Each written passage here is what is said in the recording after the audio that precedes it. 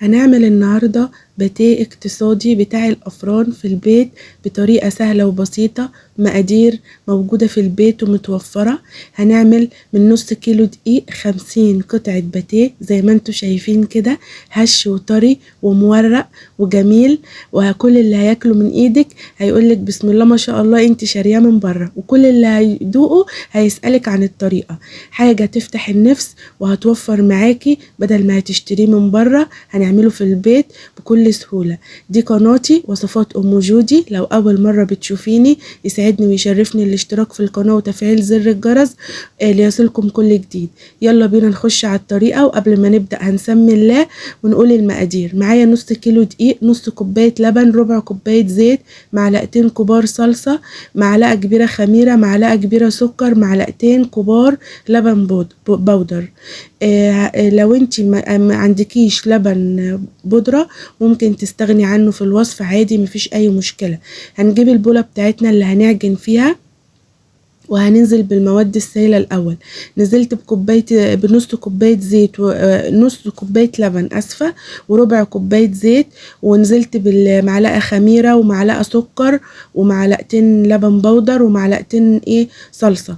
هندوب بقى المكونات دي كلها مع بعض، الزيت واللبن والكلام ده، ونحط معلقة خل عشان الخل ده محسن طبيعي للمخبوزات والمعجنات، بيدي هشاشة وطراوة حلوة قوي. هنقلبهم بقى كلهم مع بعض على الخميرة تدوب والسكر واللبن يدوب معانا البودر، وهنبتدي ننزل بالمواد الجافة. معايا نص كيلو دقيق متعدد الاستخدامات عادي، اي نوع دقيق انت بتفضليه استخدميه عادي، هيمشي معاكي وهيبقى زي الفل. وهنحط نص معلقة صغيرة ملح، وهنبتدي ان احنا نقلب المكونات دي كلها الاول بمعلقة او بسباتيولا لغاية ما المواد السائلة تختفي والدقيق يتشربها، وبعد كده هنتدخل بقى بايدينا ونعجن بايدينا. طبعا لما بنيجي نعجن بايدينا بنحس بملمس العجينة وبنعرف قوامها. معايا كوباية مية، نفس الكوباية اللي عايرنا بيها الزيت واللبن هنعاير بيها المية. هنزل معايا بكوباية المية حبة حبة علشان خاطر نعمل عرق في العجينة ونربي عرق جواها. هنعجن لغاية ما نلاقي العجينة معانا كده بقت لينة ومتماسكة. طبعا هي في الوقت ده ملزقة جامد في ايدك، ما تقلقيش وتقولي ده كده العجينة باظت، لا. هنحط لها بقية كوباية المية، وان شاء الله هتعملي المقدار ده هيطلع معاكي مظبوط 100%، مش هيقل ولا هينقص زي اكتر من ما انا عامله. وانا ان شاء الله هكتب لكم المقادير في صندوق الوصف، علشان برضو اللي حابه تعرف المقادير بالظبط هكتبها لكم في صندوق الوصف. بالكوبايه وبالجرام. حطينا 500 جرام دقيق، عليهم 100 جرام لبن، 50 جرام زيت، معلقه سكر، معلقه خميره، معلقتين لبن بودر ان امكن، ومعلقتين صلصة. هتقولي لي طب الصلصة طعمها مش بيبان يا ام جودي في المعجنات؟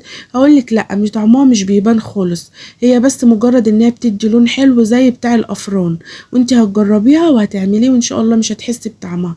العجينة مشبطة في ايدك جامد، هتقومي بقى مسلتة ايدك من العجينة وغسلاها وعايصة ايدك دهنة زيت، وتبتدي ان انت تلمي العجينة، هتلاقيها بقت لمت معاكي وبقت جميلة كده.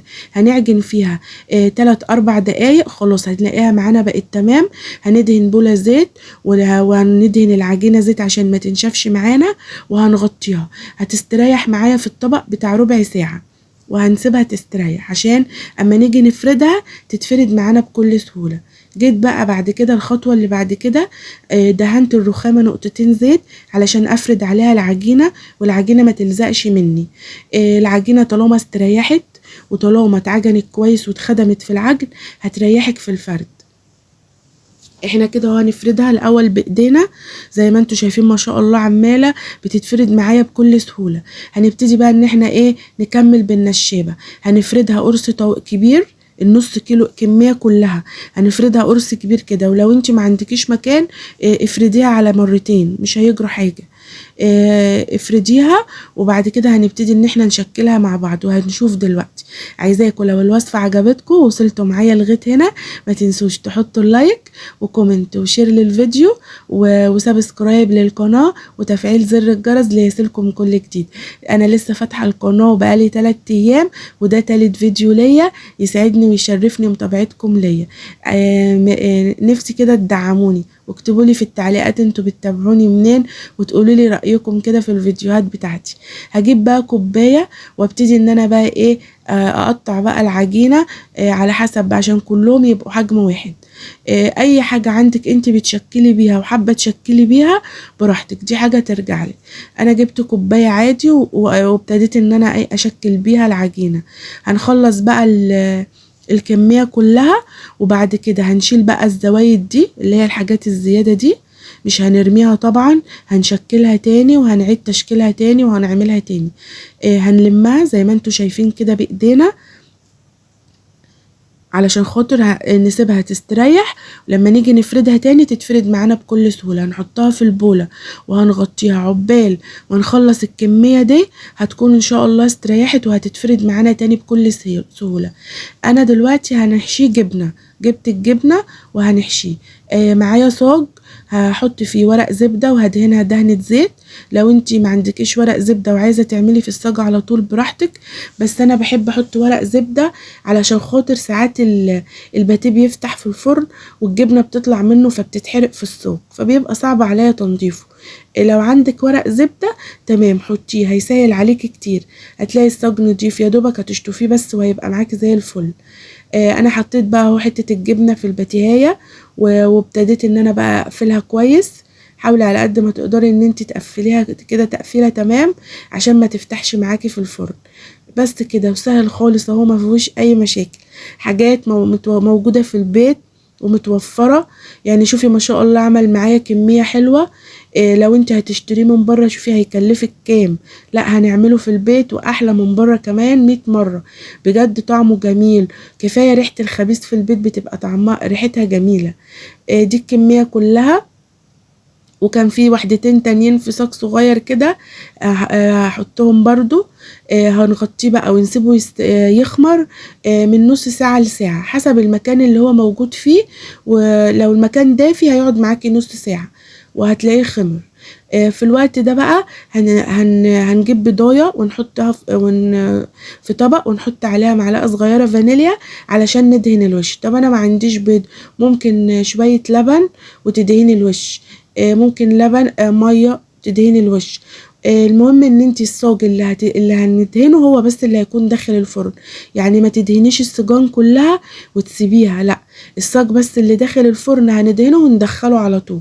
في الوقت ده هنكون مولعين الفرن على درجة حرارة 180، وهنحط الصاج على الشبكة اللي في النص وهنولع من تحت بس. اول ما يبتدي ان هو يستوي هنولع الشواية، مش هتاخد معانا دقيقتين وهنلاقي وشه احمر ويبقى كده خلاص استوى معانا. لو عندك فرن بوتاجاز او فرن كهربائي هيشتغل هيستوي معاكي وهيبقى زي الفل.